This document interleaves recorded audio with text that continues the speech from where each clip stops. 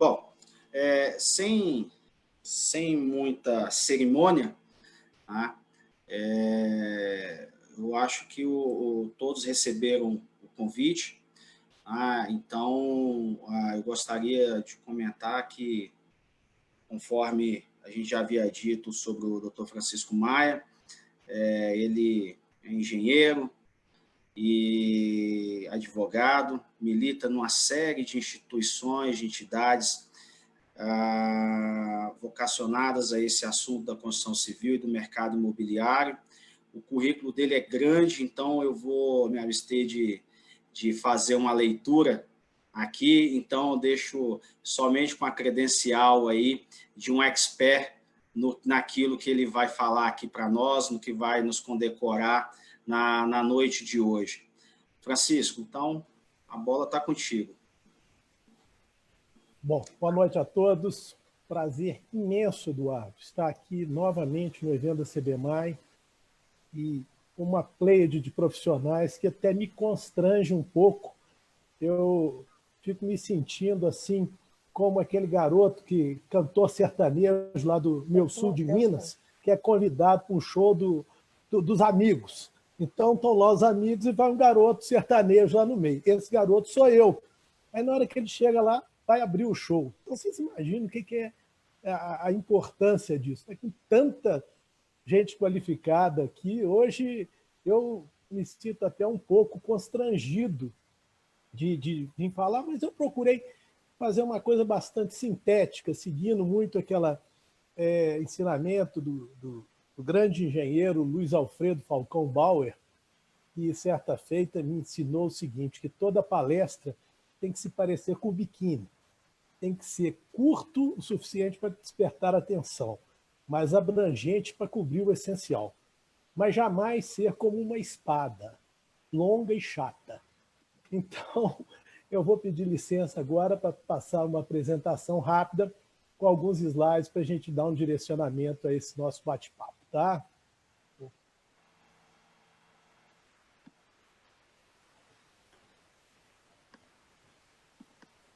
Entrou o slide entrou? Tá na tela, Francisco. Só que vocês ficaram na minha frente. Deixa eu ver como que eu faço. Bom, saiu. Bom, vamos lá. Eu começo aqui essa minha reflexão citando um dos maiores empresários brasileiros, que fundou a maior empresa de construção da América Latina, o Rubens Menin, quando ele recebeu o Prêmio de Industrial do Ano, em 2017, que no discurso dele, ele disse que o Brasil tem uma série de problemas para que emperra o nosso desenvolvimento. Dos três principais, ele aponta a judicialização como o primeiro deles, ou seja, é o país mais judicializado do mundo. E isso se reflete na realidade da justiça estatal. Não vou desfilar números aqui, porque todos vocês já devem ter visto, a maioria viu isso já mais de uma vez, mas vocês veem o que é a nossa realidade. Um juiz recebe, em média, 7 novos casos por dia, que se avolumam àqueles que ele já tem. Então, é humanamente impossível. Como disse certa feita o presidente do Tribunal de Justiça de Minas Gerais, os magistrados estão enxugando gelo. E, além disso, o custo que isso tem trazido para o país é enorme. Saibam vocês que cada habitante do nosso país gasta por ano quase meio salário mínimo para sustentar essa máquina judicial. E que não é suficiente, porque ela é inoperante. Ela não consegue dar vazão. Então, como disse essa capa da revista Visão, já nos idos de 1984, o judiciário é o refúgio da impunidade. Ele é o refúgio seguro dos cautosos, caloteiros, de todos aqueles que não querem honrar os seus compromissos. Bom, então, esta realidade é o que nos traz hoje aqui.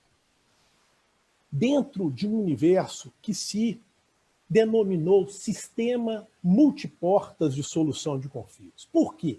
Essa imagem ela é bastante interessante e eu captei certa feita e procuro trazer aqui, compartilhar com vocês. A porta que todos enxergam normalmente é o judiciário.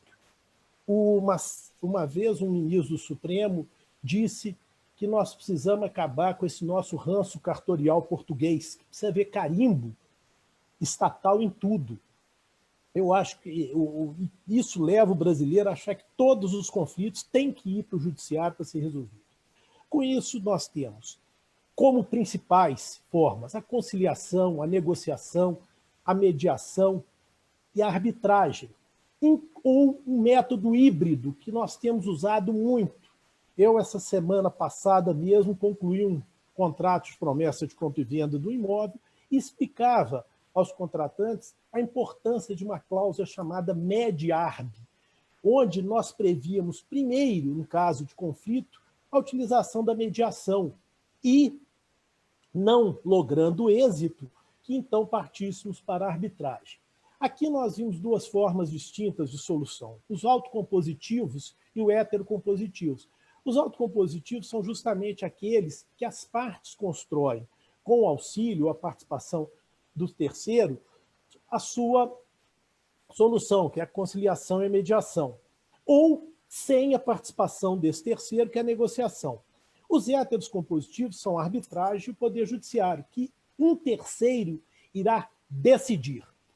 Nós temos ponderado muito que, por mais vantajosa que seja a arbitragem, por mais eficaz possa vir a ser o judiciário, para alguns que a gente vê um grande problema, principalmente na questão da celeridade, isso traz questões muito ruins do ponto de vista financeiro, temporal e principalmente psicológico nas pessoas.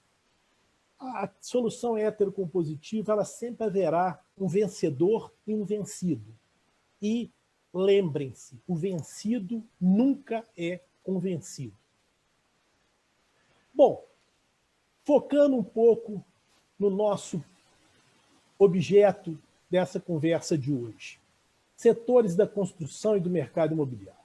Vejam vocês a gama de segmentos que nós temos nesses setores, e ainda a construção ainda inclui a infraestrutura, que são mais construção pesada, mas, independente disso, vejam vocês quantos players se interagem numa relação contratual durante um período de execução de um contrato. Vejam, pensem um pouco o que pode surgir de conflito entre eles. Então, isso aí é o que faz esse setor muito propício a ter conflitos, obviamente. São várias as inter-relações entre eles. E como surgem as controvérsias? Primeiro, os contratos não conseguem ser abrangentes o suficiente para prever todas as intercorrências, até porque eles têm trato sucessivo. Existem serviços adicionais que não são previstos, alteração do escopo do contrato, imprevisão, caso fortuito ou força maior, descumprimento e alteração tanto na legislação como nas variáveis econômicas. Bom, além daquilo que eu acabei de falar, das formas, vamos chamar, mais convencionais, extrajudiciais de solução de conflitos, surgiram novas formas, que vieram na esteira do que nós ousamos aí denominar a quarta onda dos MESCs, dos métodos extrajudiciais de soluções de conflito no Brasil, que começa em 96, com a edição da Lei 9.307, a Lei de Arbitragem. Em 2006, o Conselho Nacional de Justiça institui a Semana da Conciliação, que começa a ganhar corpo no judiciário e com bastante eficácia, inclusive chegando a tribunais superiores. Em 2015, a Lei 13.140 consagra no nosso arcabouço legal, com a sua positivação em uma legislação própria, o Instituto da Mediação. E agora, o que o futuro nos reserva? Bom, hoje nós vemos quatro grandes formas de solução de conflitos que começam a ganhar corpo. Adjudicação, avaliação neutra, ouvidoria e o CRD, que é o Comitê de Resolução de Disputas, também conhecido internacionalmente como Dispute Board. A ouvidoria, tradicionalmente, ela é uma forma de se solucionar conflito ou prevenir conflitos entre consumidor e produtor. Mas nós já temos casos em que se criou ouvidoria para a relação com terceiros internamente.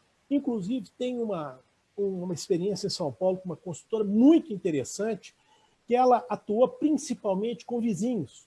Todos aqui sabem que a vizinhança é muito impactada com uma obra da construção civil. Mas como não se faz o omelete sem quebrar ovos, sempre vai haver algum tipo de transtorno. E não existe normalmente um canal de escuta dessas questões. Então, essa experiência que eu vi em São Paulo foi muito interessante. Tá? A adjudicação era uma forma ad hoc de solução de conflitos muito utilizada na Inglaterra, onde contratante e contratado estabelece no contrato que, havendo conflito, será convocado um adjudicador para, num prazo que normalmente não passa de 60 dias, ele proferir uma decisão. Com isso, o que você ganha? A não paralisação da obra. Decidiu, tem que ser cumprido. Pode até se rediscutir em outra etapa, em outro fórum, mas naquele momento tem que ser cumprido. Como uma forma mais abrangente, aí já uma experiência americana que tem se alastrado mais pelo mundo, inclusive no Brasil, surgiu o Dispute Resolution Board, ou Comitê de Resolução de Disputas, que ele funciona muito parecido com a adjudicação, só que ele não é ad hoc, ele é permanente. Este comitê, que é um painel de especialistas, normalmente formado por 3 profissionais de formações distintas, por exemplo, um advogado e 2 engenheiros, um economista, um engenheiro e um advogado, um engenheiro generalista e um engenheiro especialista, múltiplas facetas nós encontramos. Este comitê, ele acompanha a execução do contrato desde o seu início, com reuniões periódicas, normalmente prazo de 1 a 3 meses, visitas constantes à obra e, quando chamado a atuar, ele pode fornecer uma assistência, uma recomendação ou uma decisão, de acordo com a forma do contrato ou a solicitação dos contratantes. E, por último, a avaliação neutra. A avaliação neutra é muito interessante, inclusive, não só como forma independente, mas também como forma auxiliar, principalmente na mediação, onde as partes acordam, no nome de um terceiro neutro imparcial, obviamente, que, diante de uma questão, muitas vezes de natureza técnica, irá emitir um parecer independente. E isso serve de base ou para uma negociação ou para auxiliar na facilitação durante um processo de mediação.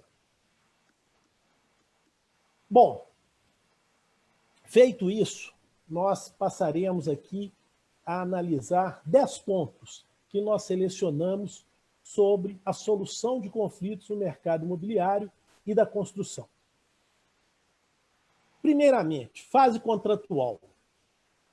Já na confecção do contrato, todos, o gestor, o advogado, o empresário, já tem que preocupar-se com a interpretação em eventual conflito. Ou seja, tentar tapar aquelas lacunas quando nós falamos da incompletude de um contrato. Além disso, prever a forma de eventual solução do conflito. O segundo ponto é a administração contratual. Tentar minimizar os riscos futuros quando surgem conflitos. Já prever algum instrumento contratual que facilite essa prevenção. Quando surge o conflito, terceiro ponto, então, é que se faça uma avaliação preliminar de todas as viabilidades técnicas e jurídicas dos itens em discussão, para ver até que ponto que é vantajoso, que é viável, qual o risco que se corre. Bom, se o conflito for iniciado, tem que se preocupar com o preparo da documentação, organização de todo o material que disponível sobre aquele conflito para que este seja o ponto de partida do processo, quer dizer, estar municiado de informações de documentação. Em seguida, a indicação desse terceiro neutro ou imparcial. No caso de uma mediação ou de uma arbitragem, principalmente, ou qualquer outro dos métodos que nós estamos falando que sejam pontuais, mas que serve também no dispute board lá atrás, porque a indicação ocorre no momento da confecção do contrato. Verificar a disponibilidade, eventual posicionamento que tenha para não já entrar no conflito como já uma ideia pré-concebida, por exemplo. Isso é muito importante. Passo seguinte, escolha dos consultores. Bom, normalmente, uma disputa, um conflito no mercado imobiliário e da construção, ele exige acompanhamento de um expert. Então, ele tem que estar inteirado da tese jurídica para verificar qual a contribuição técnica que ele pode trazer à parte no conflito.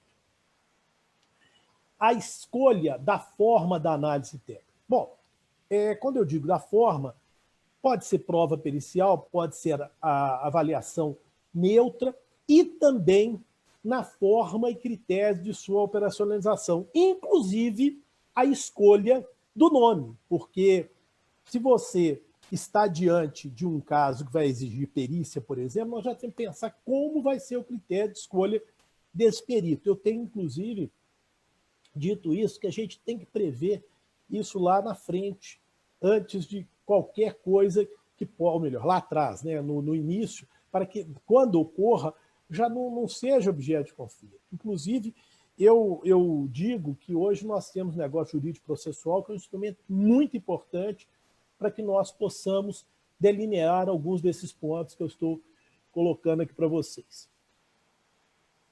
A linguagem clara.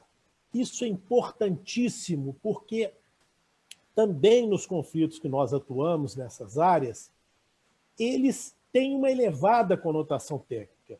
E, muitas vezes, quem vai examinar esse profissional, por mais neutro, independente que ele seja, ele não tem formação nessa área. Muitas vezes ele tem formação na área jurídica, a maioria das vezes. E ele não tem tanto conhecimento com o escopo técnico. Então, preocupação com o linguajar. O caráter interdisciplinar é o 9º ponto que a gente aborda. Aqui, nós temos que formar um tripé. O jurídico, o técnico e o cliente. O gestor, o executivo, o empresário. Esses três têm que atuar juntos para construírem sempre as soluções de 3 vieses diferentes.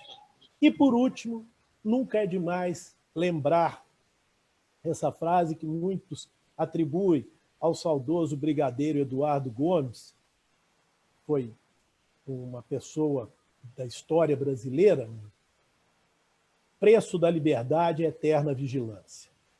O processo de conflito nunca se esqueça. Tem que dormir e acordar pensando nele para que possamos ter triunfo. Para eu finalizar, eu lembro aqui alguns casos que eu acho foram mais representativos, como exemplo de questões que nós atuamos em conflitos que envolveram o mercado imobiliário e a construção. Valores de claims, pleitos na infraestrutura e construção civil, renovatório e revisional de aluguel, erro de projeto, colapso de estrutura, acerto final de obra, partilha de bens, sócios ou herdeiros, aí empresa imobiliária, foi muito importante a questão técnica nisso, questão de uma área contaminada lá em São Paulo, onde a Sabesp é muito atuante nisso, questão de vício construtivo em obra acabada e em contrato de incorporação. Bom, eram essas as minhas modestas reflexões Eu espero que não tenha cansado demais vocês, meus ouvintes e meus colegas aí de bancada. E eu sempre lembro a velha lição de Padre Vieira. Desculpem-me se alonguei. Eu não tive tempo de ser breve. Muito obrigado. Muito bacana, Francisco. Agora eu tenho que sair daqui, que senão vocês não entram, né? Deixa eu ver aqui como que eu faço para sair. Eu tô apanhando aqui um pouco, gente. Pode deixar que eu tiro. Você tira aí, fazendo favor? Pronto, foi. Pronto, obrigado. Assim, muito bacana, né? Você passeou aí por várias formas de resolução de conflitos no mercado, trouxe o que há muita recorrência dentro da experiência que você tem dentro desse mercado. E, bom, como é que a gente vai fazer a dinâmica aqui, então? Eu vou passar a palavra para os nossos debatedores, tá? De forma que cada um utiliza algo em torno de 5 minutos para fazer suas considerações acerca do tema, e aí, após a palavra deste debatedor, caso você queira, Francisco, fazer algum complemento, alguma outra reflexão, você fica à vontade e a gente vai passando por todos os colegas, todos os debatedores que aqui estão. Então, fazer uma sugestão, Eduardo, por gentileza? Opa, vamos lá. Os 4 poderiam falar e depois eu entro e faço uma global. Resumo. Pode ser? Perfeito. Você que manda. Então, eu vou começar com o nosso presidente aqui da ADEME, o Eduardo. Eduardo, muito obrigado pela presença novamente. Te passo a palavra para as suas considerações. Eduardo, só um segundinho que o seu microfone está desligado.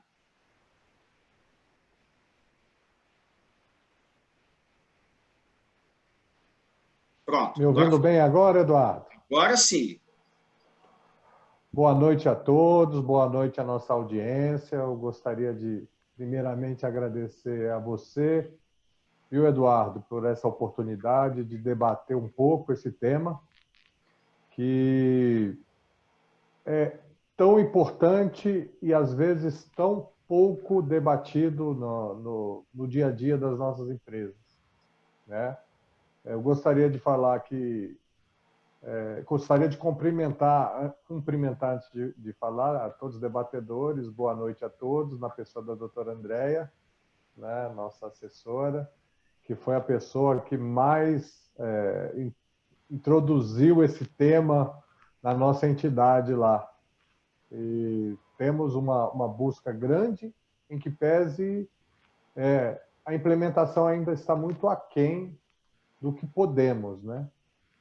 A verdade, eu gostaria de falar, é que quem vive o dia a dia de uma empresa e quem vive o dia a dia do judiciário sabe o quão insustentável os processos, tanto em volume quanto o prazo que esses volumes acarretam, né? Então, pior do que uma justiça que falha é até uma que não julga. Eu tive uma vez a oportunidade de assistir um júri, né, que pouco tem a ver, aparentemente, com o tema da nossa palestra hoje, mas acontece que o réu, o acusado, ele havia sido assassinado 2 pessoas, e o júri ocorreu, se não me engano, 12 anos após o fato. Acontece que, após 12 anos, houve o júri. Essa pessoa, o réu, já havia ficado cego por uma doença congênita, ou seja, ele não representava mais, vamos dizer, risco para a sociedade da maneira que ele se encontrava. Ao término desse júri, por uma questão de entendimento do Supremo Tribunal Federal, o réu saiu andando, em que pese tenha sido condenado, ou seja, após 12 anos, foi feita uma justiça que não significou justiça nem para o réu, né? Uma vez que ele já estava cego, e nem para a família, que o viu caminhando para fora do tribunal como se nada houvesse acontecido. E isso ocorre também muito no direito civil, que nós tratamos aqui. Às vezes, o atraso no julgamento do processo significa a maior injustiça possível. E a busca por novos métodos de resolução de problemas tem, no meu entendimento, a forma mais breve e mais fácil e mais ágil para que afastemos um pouquinho o Estado. Vários desses problemas não precisa do Estado interferir. As partes podem interferir, podem se resolver através de um terceiro, né? Então, fiz questão de estar presente aqui, Eduardo, tamanha a importância do tema que eu reputo. Então, gostaria, então, diante de tantas pessoas tão conhecedoras do tema, deixar essa minha contribuição. Já tive a oportunidade, não como presidente da ADEME, mas como empresário, de ter uma solução de um problema de elevadíssimo custo, né? E era o que, doutora Adé? Era arbitragem? Qual que foi a modalidade? Arbitragem, né? A arbitragem, à época, mais de 10 anos atrás, era mais de R$1 milhão. Era uma questão de obra, custo de obra, prestação de contas, uma dificuldade muito grande de relacionamento entre as partes e que foi tudo solucionado na arbitragem. E mais, a prova que funciona, né? Anos após, uma das partes entrou na justiça executando o contrato que havia sido extinto pela arbitragem, porque o problema foi resolvido e aquele contrato não valia mais. O que valia era o acordo na arbitragem. Ele foi em todas as instâncias e de ofício, o juiz, acho que foi de ofício, o juiz extinguiu o processo, uma vez que já havia uma arbitragem passada, né? O meu engenheirês talvez tenha cometido alguns erros aí, mas o que importa é que foi muito bem sucedida essa arbitragem para as partes e trouxe segurança jurídica para a solução desse problema. E foi extremamente ágil, extremamente ágil. Então, essas palavras e essa é a minha experiência, eu gostaria de partilhar aqui com todos e, mais uma vez, agradecer aí a oportunidade de estar aqui presente e debater um pouquinho esse tema tão importante. Muito legal, Eduardo, essa visão do usuário, né? De não só de quem conhece um pouquinho do Instituto, mas de quem já utilizou e sabe do efeito que isso traz. Isso é muito rico, né? Principalmente no mundo da arbitragem. É fantástico essa visão. Eu recordo que você comentou esse exemplo em um dos fóruns lá jurídico da ADEME, né? E foi algo que foi assim, foi tangível, né, para os demais colegas que estavam naquela ocasião, além do que eu fui falar em termos técnicos, mas a visão prática ela é fundamental, nesse aspecto. Bom, eu gostaria então de convidar o Dr. Rafael Mota, representando aqui o Sinduscom DF. A gente tem a ADEME, o Sinduscom, aqui em Brasília, no Maranhão, em vários outros estados como grandes parceiros, né? E eu acho que não poderia deixar de ser, né? Até por incentivar essa cadeia produtiva, levar essa mensagem às empresas que estão associadas, que estão debaixo desse cobertor. Doutor Rafael, contigo. Boa noite a todos. Agradecer o convite do Eduardo. Muito bom aqui rever pessoas que são amigas, como a Andréia, que é uma pessoa que eu gosto muito, tenho uma admiração pela profissional que ela é, o Eduardo, o próprio Francisco Maia Neto, que é diretor do Ibradim lá do Minas Gerais, conhecedor da matéria como ninguém, e o Ulisses lá no Maranhão, a terra que eu gosto tanto, tenho tantos amigos. Aqui eu queria fazer mais ou menos só uma observação. A questão da solução de conflitos, dentro do Estado brasileiro, ela é observada pelos três entes, a tripartição dos poderes, tanto pelo legislativo, pelo executivo e pelo judiciário. O legislativo, a preocupação dele se criou, até o Francisco colocou aí, com a quantidade de leis que a gente vê falando sobre o tema, né? A gente tem a lei primeira da arbitragem, depois a lei de concessões, a lei de PPP, a RDC, a lei de estatais, a própria lei de mediação, né? Então, a preocupação do legislador para colocar e para resolver problemas que à margem da justiça, ou não seja, usando até a metáfora que o Francisco colocou, uma porta diferente para resolver aquele problema, o legislador ele é ciente disso, né? E a gente viu também um movimento, também citado pelo Francisco, que é a questão do judiciário. O judiciário, ele no CNJ tem aquela resolução de 2003, depois, em 2015, ele cria, eu acho que é a 125, em que ele põe e coloca vários procedimentos para a questão de mediação. A gente tem um movimento no judiciário para ficar livre desses processos, né? E aí, a gente, aqui em Brasília, por exemplo, a questão da mediação feito pelo próprio tribunal, ela teve um índice de quase 30% de solução de conflito. E desses 30% de solução de conflito, só 2% foi judicializado depois. Um índice de satisfação enorme, né?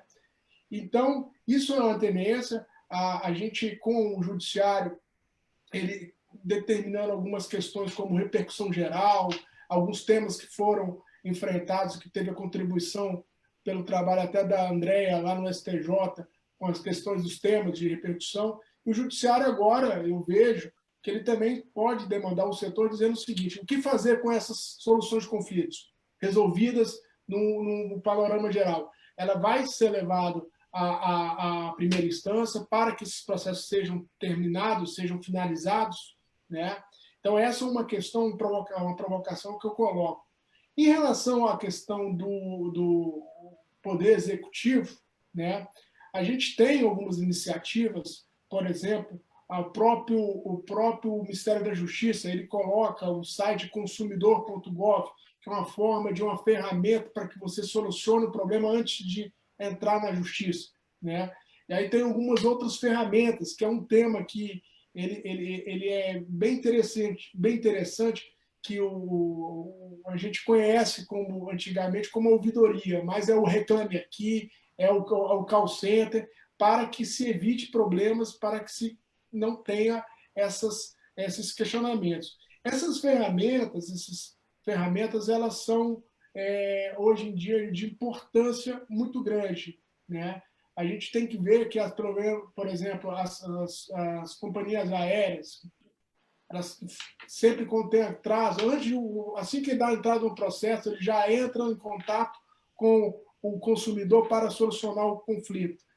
E isso tudo são temas, e o tema é rico, a gente poderia falar aqui a noite inteira, mas essas ferramentas de solução de conflito, não só as que foi colocado pelo Francisco Maia Neto, mas essas ferramentas eletrônicas também, ela pode ser vista, às vezes, por exemplo, pela própria ADEME, o próprio Sinduscom, colocar um setor que ligue, como se funcionasse como um ombudsman do setor para solucionar os conflitos. E tem também, já caminhando aqui para o final, a grande novidade que o setor, principalmente que trabalha com o setor público, tem, é o Dispute Boards, né? Que são ferramentas que há sinalização de que a administração pública vai adotar também isso, e isso vai criar uma segurança jurídica enorme, principalmente para o empresário que é contratante em relação às obras públicas, né? Mas tudo isso a gente precisa deixar claro para o empresário o custo, né? O custo judicial ele tem os valores lá da propositura da ação, o custo do advogado, há um conhecimento comum de toda a sociedade de quanto custa um processo, seja pela morosidade, seja ele pela contratação do advogado, seja ele pela questão do pagamento da sucumbência.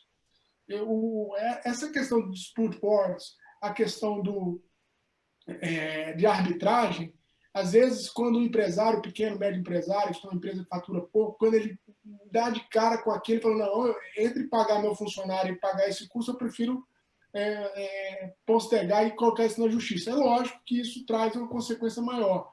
Salvo engano, Francisco, você escreveu algum artigo sobre isso, sobre custos do dispute boards. Eu não estou lembrado, mas eu acho que você escreveu alguma coisa sobre isso.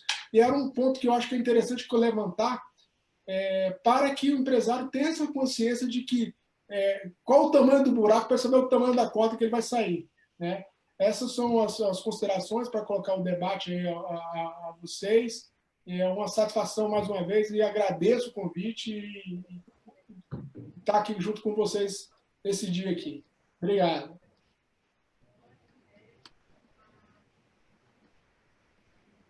Bom, obrigado, Rafael Mota, obrigado pela participação. Eu queria chamar agora o Ulisses. O Ulisses é um grande parceiro aqui, para quem não sabe, Eduardo. Ulisses é um grande parceiro aqui no Maranhão, é um grande apoiador da Câmara aqui no Maranhão, é o assessor jurídico do Sinduscom, é um advogado que é referência para todos nós aqui no Maranhão, que tem uma grande experiência. Então, eu queria passar a palavra para o Ulisses aí, para ele poder estar contribuindo um pouco com a gente. Bem, boa noite, Ivaldo. Em seu nome, eu cumprimento a todos que estão presentes aqui nessa live. Eu queria dizer a vocês que quando eu falo de construção civil, de mercado imobiliário, e falo também de meios adequados de solução de controvérsia, porque não há mais o que se falar em meios alternativos, mas sim meios adequados de solução de controvérsia. Bem, na cabeça é uma máxima do setor da construção civil que diz que obra parada custa muito caro. E aí, a primeira pergunta que eu faço, e pego as colocações do Francisco, da abertura, nós precisamos ter em mente que hoje nós temos a lei, é o Código de Processo Civil, que determina que as partes, os advogados, o Ministério Público e os juízes devem, vejam, a palavra que a lei utiliza é devem buscar solução consensual para os conflitos. Então vejam que o Estado, o próprio Estado, já fez a opção de dizer é melhor que vocês busquem uma solução do que eu, Estado, trazer para mim a responsabilidade de formular uma solução para esse conflito. E aí, o Francisco foi muito feliz nas palavras dele de abertura, quando traz uns números e que demonstram que nós gastamos quase 1,5% do PIB com a estrutura do judiciário. E o que é que nós recebemos de volta? Nós recebemos de volta uma prestação jurisdicional que leva 5, 6, 7, 10, 12 anos para ser prestada. E aí, hoje é comum se dizer que a justiça está se tornando o SUS. Ela é acessível a todos, mas demora, nem sempre funciona. E aí, quando eu penso e faço essa comparação com o SUS, eu penso na medicina. O médico, quando ele está diante de um problema, ele nem sempre opera. Nem sempre a cirurgia é a melhor saída. É o mesmo que devemos pensar no mundo dos litígios. Nem sempre a jurisdição estatal é a melhor saída. Penso eu até que quando se trata de construção civil, raramente é a melhor saída.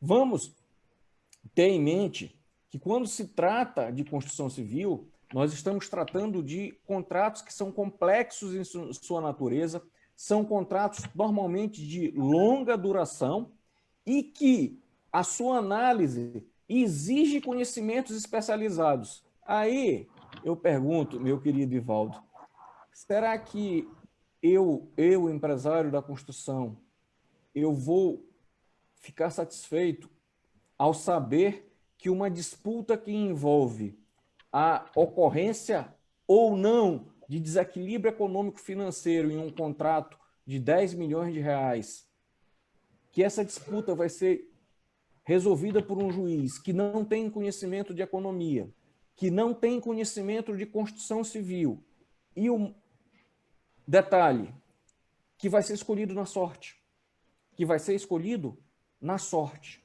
porque essa é a realidade. Essa é a realidade na jurisdição estatal. A distribuição é por sorteio. E quando se fala em sorte e justiça, eu me lembro imediatamente de algo chamado jurisprudência lotérica, que é absolutamente normal no Brasil e absurdo que casos iguais sejam julgados de forma absolutamente diferente, sem que se traga os fundamentos que apontam a ocorrência da distinção. Ora, nós sabemos, quem atua no setor da construção civil, nós sabemos que o construtor ele adora uma planilha.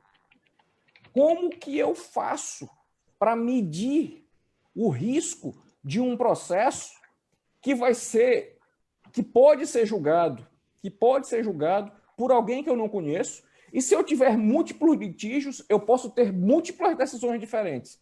O Francisco Neto, ele tem uma apresentação onde ele fala dos riscos de se enfrentar a jurisdição estatal. E ele fala em 3 riscos: o risco temporal, o risco financeiro e o risco psicológico. Eu acrescento mais um, que é esse da sorte, Francisco. É esse da sorte. É a pior coisa que nós, advogados, temos é quando um cliente nos coloca diante da seguinte indagação: doutor, qual a minha possibilidade de êxito nesse processo? E aí eu tenho que dizer para ele: depende. Ele diz: depende de quê? Da sorte. Depende para onde for distribuído. Porque se o senhor cair numa vara que esteja muito congestionada, o seu processo pode durar 10 anos. Se o senhor cair no mesmo processo for distribuído para uma vara mais ágil, seu processo pode ser julgado em 1 ano. Se o seu processo cair em uma vara que o juiz tem um extremo conhecimento da matéria, o senhor pode ter a certeza que o senhor vai ter a sua causa adequadamente examinada. Mas, de outro lado, se esse mesmo processo, se ele cair com um juiz que não tem tanta familiaridade com o tema, pode ser que a solução seja mais demorada, pois o juiz precisará de um prazo bem maior para se assenhorar da matéria.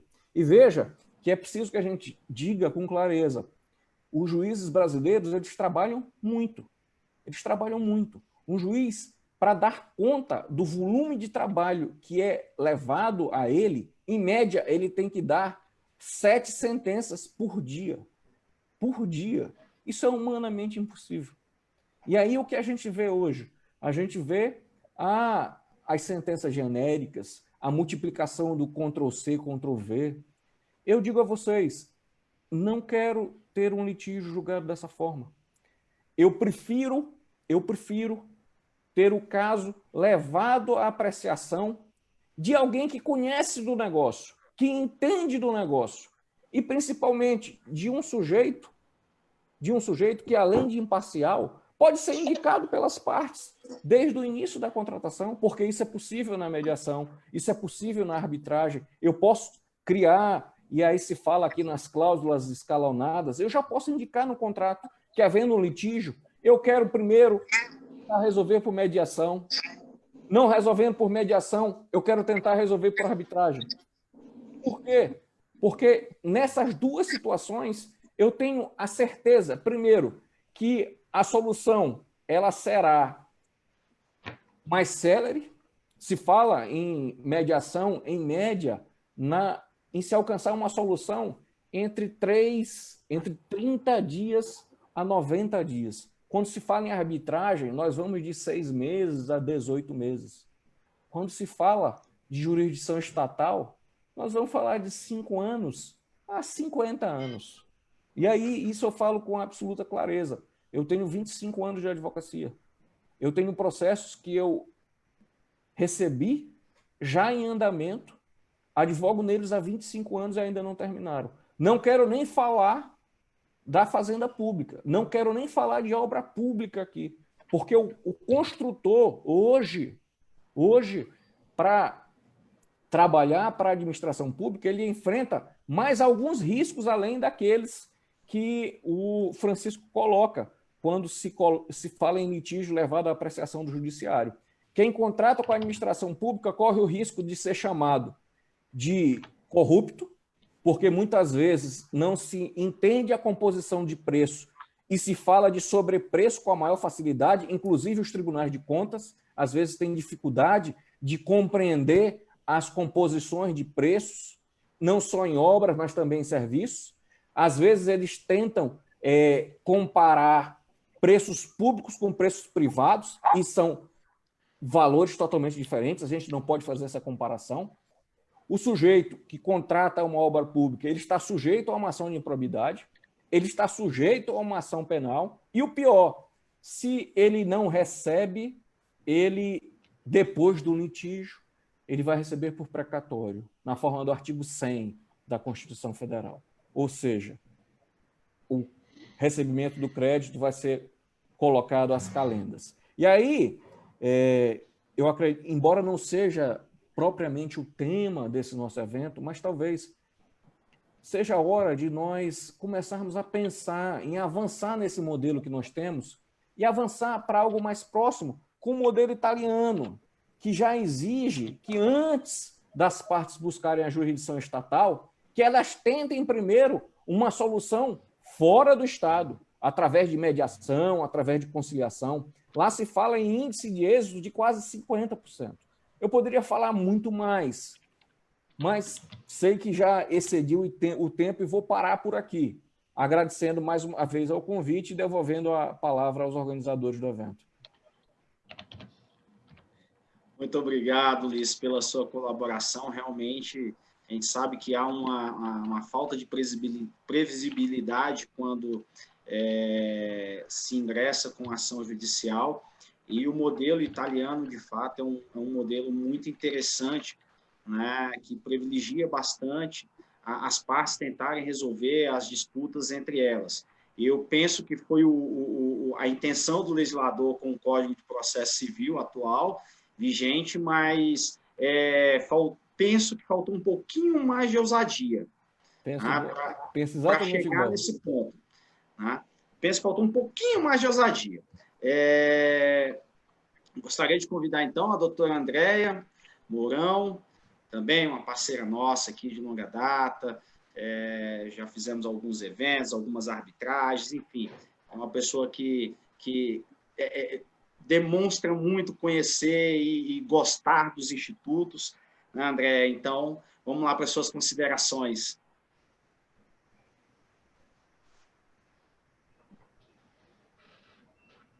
Seu microfone está desligado, André. Eu achei que tu ligasse... Eu achei que tu ligasse e desligasse automático, Eduardo, desculpa. Bom, primeiramente, eu gostaria de dar boa noite e agradecer a participação de todos que estão ouvindo e assistindo essa importante live. Gostaria de agradecer pelo convite do meu amigo e colega Eduardo Vieira, parabenizar a excelente palestra, excelente explanação, que, como sempre, o Francisco Maia Neto faz, em todas as vezes que eu ouvi, sempre com muito critério, sempre com muito conhecimento. Parabéns, Francisco. Quero, na pessoa do Eduardo, cumprimentar aos demais mediadores e debatedores. E não poderia deixar de agradecer as palavras também do colega Rafael Mota, e principalmente as palavras do presidente Eduardo Araúeira, que o reconhecimento do trabalho é sempre muito importante. Bom, eu não vou me alongar, apesar de nós termos muitas coisas a falar desse tema, resolução contratual, mas as minhas considerações são no sentido de que a resolução contratual, principalmente aquela que decorre do simples adquirimento do preço por parte do adquirente, deveria ser analisada não apenas pelo viés de incidência consumerista, mas também ou principalmente pela equação econômico-financeira do empreendimento e das contratações que compõem aquele empreendimento, sempre tomando-se por base a viabilidade da conclusão da obra e a proteção da coletividade dos adquirentes adimplentes, que é o mais importante, né? Acredito, né, piamente que deveria ser observado também a determinação contida no inciso 3º do artigo 4º do Código de Defesa do Consumidor, quanto à harmonização dos interesses dos participantes, compatibilizando-a com o necessário desenvolvimento econômico e o equilíbrio entre os adquirentes e os incorporadores, por exemplo. O contrato de incorporação imobiliária, como o colega muito bem colocou, é extremamente complexo quanto aos seus efeitos e variáveis à realização do objeto. Isso sem se falar que envolve valores de grande impacto financeiro, não só à pessoa do incorporador, mas ao empreendimento como um todo. Eu queria, assim, só para exemplificar, no empreendimento, dentro de um padrão construtivo normal que se faz no setor noroeste, há necessidade de se empregar aproximadamente 40 milhões de reais. Isso só para a sua construção. Não se computando nesse valor absolutamente nada a título de aquisição do terreno, encargos, custas cartorárias, custas de incorporação, publicidade, impostos e por aí vai. Então, eu acredito que a equação econômico-financeira e a viabilidade do empreendimento estão diretamente ligadas à existência de efetiva negociação das unidades imobiliárias que compõem o empreendimento. Se não há essa efetiva venda de um número mínimo de unidades, a construção e a entrega poderão restar comprometidos num dado momento do caminho aí de construção e entrega do empreendimento. E essa realidade entre aquilo que se vendeu e a efetivação e a mantença daquilo que se vendeu, ela deveria, até para a proteção do consumidor, se manter durante todo o caminho, durante toda a fase da construção e principalmente após a entrega da unidade para aqueles que têm saldo remanescente do preço a pagar, porque o incorporador, o construtor, cumpriu com a sua obrigação perante aquela contratação. Então, com base nessas características assim, tão afetas a um contrato de incorporação imobiliária, um contrato de promessa de compra e venda de unidade, é que a lei de incorporação não é de hoje, não. Há muito ela criou uma porta de saída àquele incorporador que não conseguiu efetivar as vendas necessárias à viabilização do seu empreendimento. É o que nós conhecemos como prazo de carência, onde o incorporador pode desistir do empreendimento no prazo de 180 dias contados do registro do memorial, né? Então, a existência de mecanismos de proteção, a manutenção do efetivo número de contratação ao longo do caminho de construção e entrega dos empreendimentos é imperiosa a todos os que estão a cumprir com as suas obrigações. Eu queria dar um dado, ele é de 2017, mas ele ainda é muito importante para nós verificarmos o impacto que estas resoluções tiveram no setor de incorporação imobiliária e no setor de construção civil. Bom, somente nos primeiros meses do ano de 2017, o distrato e a resolução de imóveis residenciais de médio e alto padrão chegaram a um percentual de 53% das contratações havidas naquele período. Isso é um percentual absurdo para uma equação econômico-financeira de qualquer contrato. Imagina um contrato extremamente oneroso ao incorporador e com extremas obrigações e riscos, como é o contrato de incorporação imobiliária. E aí, eu acredito que, atentos a essa realidade devastadora de muitas decisões que até hoje, muitas vezes se verificam nos julgamentos, é que a Lei 13.786 de 2018, de dezembro de 2018, fez propiciar mecanismos de proteção à coletividade de consumidores adimplentes e ao empreendimento a ser concluído com a entrega das suas unidades imobiliárias àqueles cumpridores de suas obrigações. E eu já estou terminando, Eduardo, mas por que eu falo que a lei dos distratos trouxe essa proteção aos adquirentes adimplentes?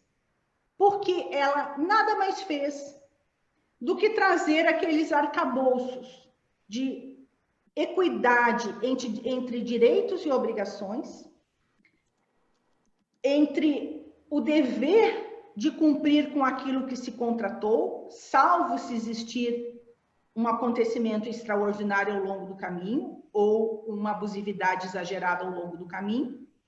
A lei nada mais fez do que dizer: aquele adquirente inadimplente poderá sim resolver a contratação, desde que arque com aquilo que não é o adequado à equação econômico-financeira, mas que é um pouco mais próximo de equação econômico-financeira, para que a coletividade dos adquirentes adimplentes não fiquem à margem, à mercê de decisões tão antagônicas e tão afastadas de princípios, conceitos que deveriam nortear muitas decisões que se verificam hoje em relação aos contratos imobiliários. Então, mais uma vez, eu agradeço pela oportunidade, pelo convite que me foi feito pelo Eduardo Vieira. E são essas minhas considerações, e gostaria que o Francisco Maia dissesse concordo, não concordo, fizesse alguma...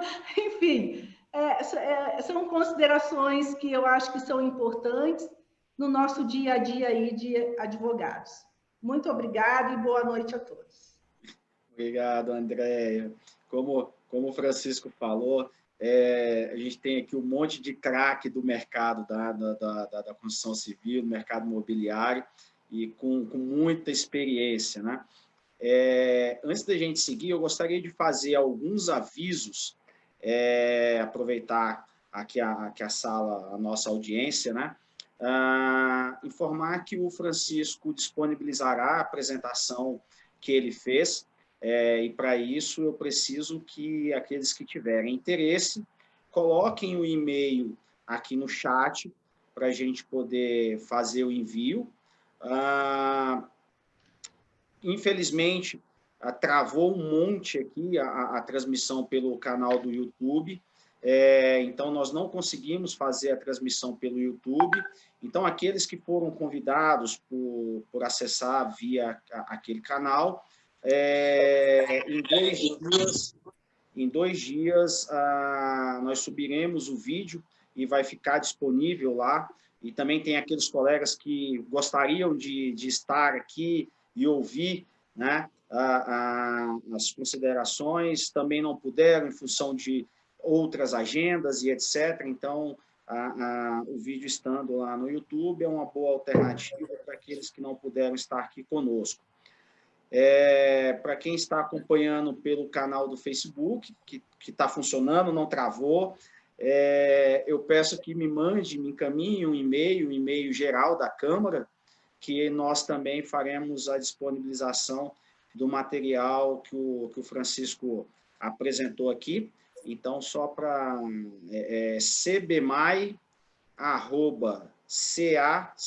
Casa Alfa, Casa Bola, .org.br. De qualquer forma, basta acessar lá a nossa página, cbmai.org.br, que nosso e-mail está lá bem fácil também. Ivaldo, eu te passo a palavra, então, para você fazer a condução a partir daqui. Então, só fazendo pequenas considerações, Eduardo, quero só registrar a presença do Fábio Nauz, que é o presidente do Sinduscom. cbmai.org.br. Do microfone. Que, inclusive, o Fábio mandou um abraço para o Eduardo Almeida aí, diz que é muito amigo do Eduardo.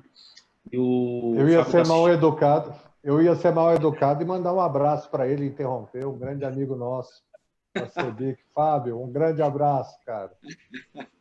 Assistindo a gente pelo Facebook, aí, que ele está no outro evento, não pôde entrar aqui pelo Zoom. E só fazendo um pequeno comentário, Eduardo, para não estender muito e passar a palavra para o Chico. Ontem teve um evento da CEBIC, onde o Fábio organizou, o Ulisses eu acho que estava assistindo também, eu vi o Ulisses lá, e esse evento estava com o presidente do Tribunal de Justiça do Maranhão, o presidente do TCE do Maranhão, vários secretários de Estado daqui do Maranhão, da Secretaria de Infraestrutura, da EMAP, que é do Porto de Itaqui, Educação e várias outras secretarias. E os empresários, a construção civil em geral, exigindo do judiciário maior segurança jurídica no julgamento dos processos. E como o Ulisses bem falou aqui agora há pouco, é bem complicado e uma coisa que eu costumo dizer, você termina tendo maior segurança jurídica na arbitragem, no dispute board, que no próprio judiciário. E interessante que o presidente do Tribunal de Justiça daqui do Maranhão, o desembargador Lorival Cerejo, ele disse que o que precisa, Eduardo, é que os empresários mudem a sua cultura e mudem a sua forma de pensar de como resolver conflitos por outros métodos, que não só o judiciário. O judiciário é só uma porta dentre várias. Tá? Então, achei bem interessante esse comentário do presidente do tribunal. E o assessor jurídico da CEBIC, que eu não me lembro o nome dele agora, acredito que o Ulisses saiba, ele reforçou bastante a utilização da arbitragem, do dispute board, dentre outros métodos, para poder estar resolvendo conflitos de forma mais rápida, mais segura, e com uma especialização muito maior do que o próprio judiciário. Então, foi um evento bem interessante, bem prestigiado ontem, e que só reforçou a necessidade, não só do empresário em resolver seus conflitos com maior segurança jurídica, como também estarem mudando de cultura e conhecendo novos métodos, outros métodos que lhe ofereçam isso. Então, dito isso, eu passo a palavra para o Francisco para as considerações. Bom, maravilhoso e a intervenção dos nossos colegas. Eu acho que teve tanta coisa aqui que eu acho que dava uma outra live. Eu vou tentar pontuar algumas coisas aqui rapidamente. O Eduardo e o Ulisses falaram da questão, o Ulisses mais especificamente, realmente é uma figura metafórica que eu uso, que é o tripé do sofrimento. É o temporal que você sabe quando começa, não tem ideia de quando termina, nem onde. O financeiro, o custo que você vai, advogado, perito, recurso, comparecer, etc, etc. E o psicológico? O psicológico se traduz numa frase que eu ouvi dezenas de vezes pessoas chegar perto do meu saudoso pai, que foi desembargador, e falar o seguinte: doutor, eu tenho uma causa já há 15, 20, 30 anos. Eu quero pedir um favor ao senhor, eu não quero saber se eu vou perder ou se eu vou ganhar. Mas, pelo amor de Deus, vê se aquilo termina. Então, esse é o grande tripé. A você, Eduardo, muito feliz a sua questão de dizer que a justiça que não julga. Que justiça é essa? O Rui Barbosa tinha uma frase célebre que dizia o seguinte: a justiça tardia não é sequer justa, que resume isso. Rafael, além do que você falou de PPP, concessões, hoje a lei de licitações de discussões, ela explicita as formas de solução de conflitos, mediação, arbitragem, dispute board, já está lá. E o professor Antônio Augusto Anastasia, senador da República, apresentou o projeto de lei do dispute board, que está sendo discutido no Congresso Nacional. O momento hoje está dificultando um pouco a tramitação, mas ela é uma lei que eu acredito que ela vai ter muita simpatia do legislador em fazê-lo. E eu tenho a notícia para dar a vocês que há uma semana foi sancionada em Belo Horizonte a lei do dispute board, sendo a segunda capital brasileira, depois de São Paulo. Até existem diversos aí em tramitação.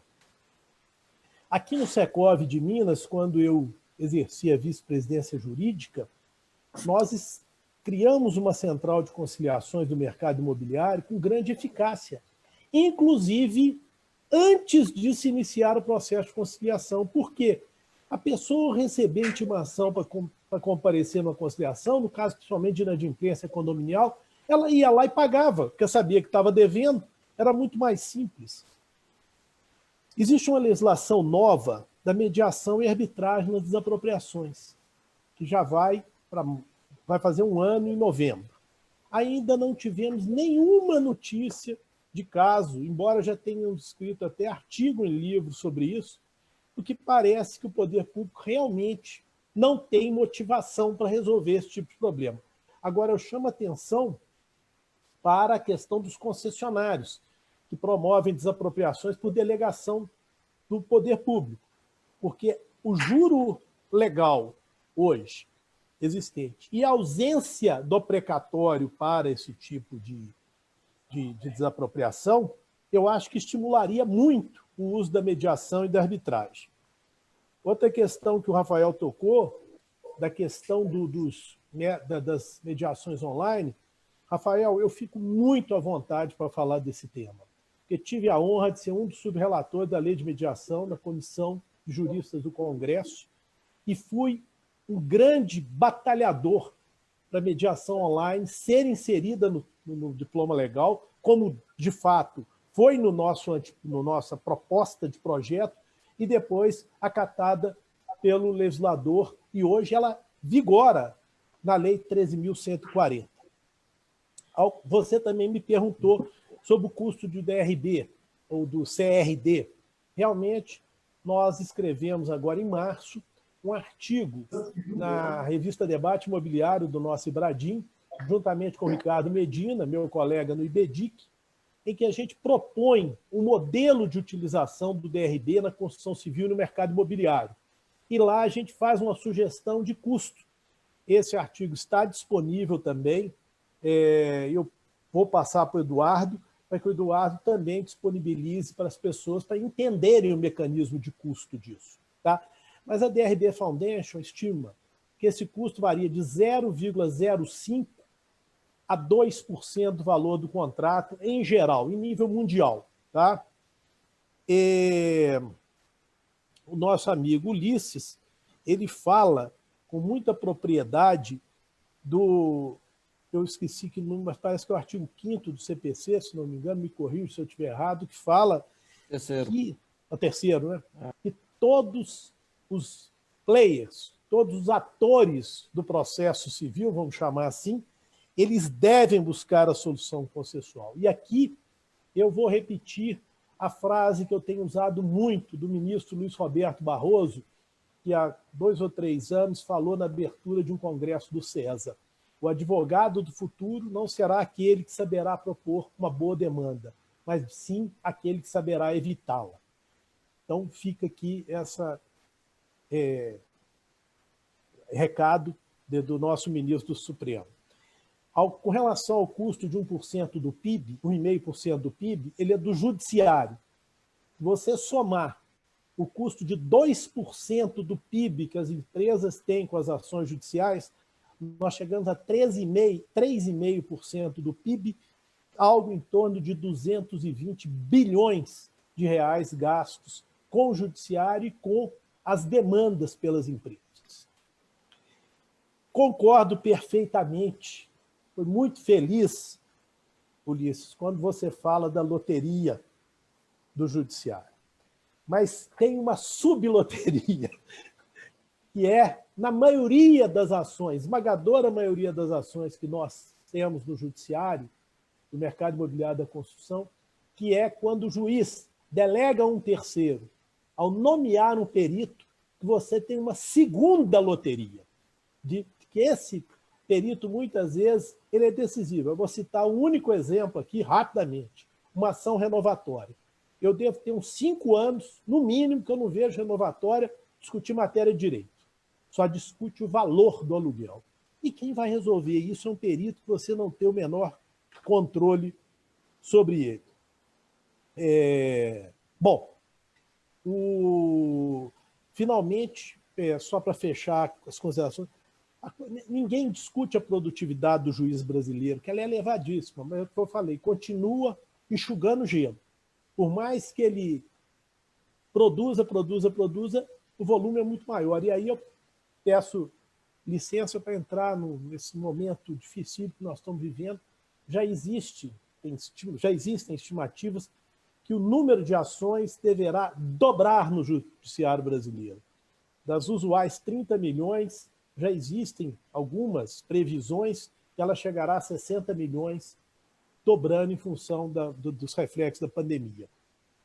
E não tenho dúvida que a mediação prévia obrigatória seria o melhor dos mundos, mas nós, enquanto operadores do direito, enquanto gestores de contrato, enquanto empresários, nós podemos sim instituir nos nossos contratos a cláusula escalonada, obrigando a essa mediação prévia pela via contratual, ainda que ela não seja legal, pela via contratual, que é o que eu estou tentando fazer ultimamente. Bom, e finalmente, nossa colega Andréia, nossa colega do Ibradim, Andréia, a questão do distrato, ela vem sendo discutida há muito tempo. Eu participei de inúmeras discussões. O distrato realmente ele promove um desequilíbrio na incorporação extremamente nocivo ao coletivo. Então, o que se procura justiçar um consumidor, ele acaba injustiçando outros consumidores. Porque a incorporação ele é um todo, ele é uma convergência de pessoas que aglutinam-se na pessoa do incorporador para erguer uma futura edificação. E ouvi frases como: torna-se um negócio sem risco para o comprador. Ou seja, eu ouvi, e isso eu sou testemunha de uma pessoa conhecida minha, num empreendimento aqui em Belo Horizonte, em que ele disse o seguinte: poxa, eu fiz as contas, se eu pedir o distrato, eu recebo mais do que se eu vendesse apartamento hoje. Foi na época da crise, 4, 5 anos atrás, quando despencaram os preços, ele fez essa conta. Bom, outra coisa que eu já ouvi é que incorporador não é instituição financeira que ele possa desembolsar de uma vez só um montante para cobrir esse rombo. Quer dizer, isso não é a compra ou a adesão a um modelo de incorporação, não é uma aplicação financeira que eu ponho dinheiro lá e peço resgate quando eu preciso. Então, que era o que está se tornando. Agora, eu acho que isso tudo está na Gênese. Uma Gênese que nós temos a vocação de não cumprir contrato. É um mal do brasileiro. Ele assina o contrato e depois não cumpre. Tá certo? Em vez de ele discutir o contrato antes, ele discute depois que ele já assinou. O Pacta Sunt Servanda no Brasil, de certa forma, ele é relativizado. Isso me preocupa muito. E eu vou, então, finalizar com uma sugestão que eu fiz há 10 anos. E depois, agora, no ano passado, eu incluí num artigo que eu escrevi num livro do Ibradim sobre loteamentos, que é uma forma de nós levarmos essa discussão para a arbitragem e também para a mediação, mas se não houver uma solução consensual, para a arbitragem. Porque o artigo 51 do Código do Consumidor, ele proíbe a arbitragem compulsória. compulsório é uma palavra, para mim, que não tem sentido jurídico, ele tem sentido semântico. Compulsório é aquilo que eu obrigo alguém a fazer, tá certo? Então, isso não tem dúvida o que é compulsório. Então, a nossa sugestão foi de que, ao criarmos a cláusula de solução, que é a tradicional cláusula de foro ou cláusula compromissória, nós substituirmos por uma cláusula de solução de conflitos. E nesta cláusula, nós indicamos que a solução eleita pelas partes será adotada em documento apartado, como prevê o artigo 4º da Lei 9.307. E esse instrumento apartado vai dar ao consumidor duas opções. Ou ele escolhe a via judicial ou a via arbitral. Então, eu acho que com isso a gente sai. Obviamente, nós podemos ter uma cláusula preliminar que obriga a, pelo menos, a passagem por uma tentativa de mediação. Mas na cláusula que nós vamos discutir isso em sede de arbitragem. E eu acredito que em arbitragem nós vamos ter uma análise mais técnica e mais no sentido do desequilíbrio do que o judiciário, que julga muitas vezes no sentido social da questão, mas não social do conjunto, como bem observou a nossa colega Andréia, mas às vezes individual, que é o que vinha acontecendo no caso dos distratos. E, ali, saudando meu amigo Ivaldo, Ivaldo, há mais de 10 anos, e eu posso mostrar a quem tiver dúvida, que eu mantenho uma pasta no meu escritório com recortes jornalísticos sobre segurança jurídica, porque eu acho que ele é a grande trava dos negócios no Brasil, a insegurança jurídica. E finalizo saudando e esperançoso o nosso futuro presidente do Supremo Tribunal Federal, ministro Luiz Fux, que ao ser eleito a semana passada, ele prometeu que nós teremos, então, segurança jurídica. Vamos acreditar, ministro, saudemos o ministro Luiz Fux, que ele tenha boa sorte nessa empreitada. Muito obrigado. Muito obrigado, Francisco. Muito, muito bacana mesmo. Acho que uma noite de um debate riquíssimo. Tá? Quero agradecer também os nossos convidados, os nossos parceiros, né, de sempre, tanto a ADEME e o Sinduscom, e aqui representado pelo Maranhão e o Distrito Federal. Então, Eduardo Aroeira, Andréa Mourão, Rafael Mota, a Tereza Cristina, que está aqui também, representando o Sinduscom. Fica o nosso agradecimento ao Ivaldo, que cuida da nossa Câmara lá no Maranhão, o Francisco, então, parceiro, amigo de todas as horas, aí, sempre disponível.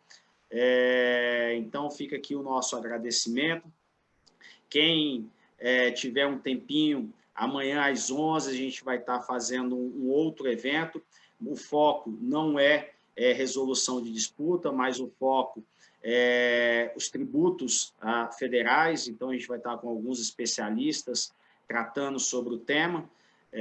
E na próxima semana a gente retorna com outro tema relacionado aí à resolução de disputas. Fica aqui o nosso agradecimento, nosso boa noite e até a próxima oportunidade.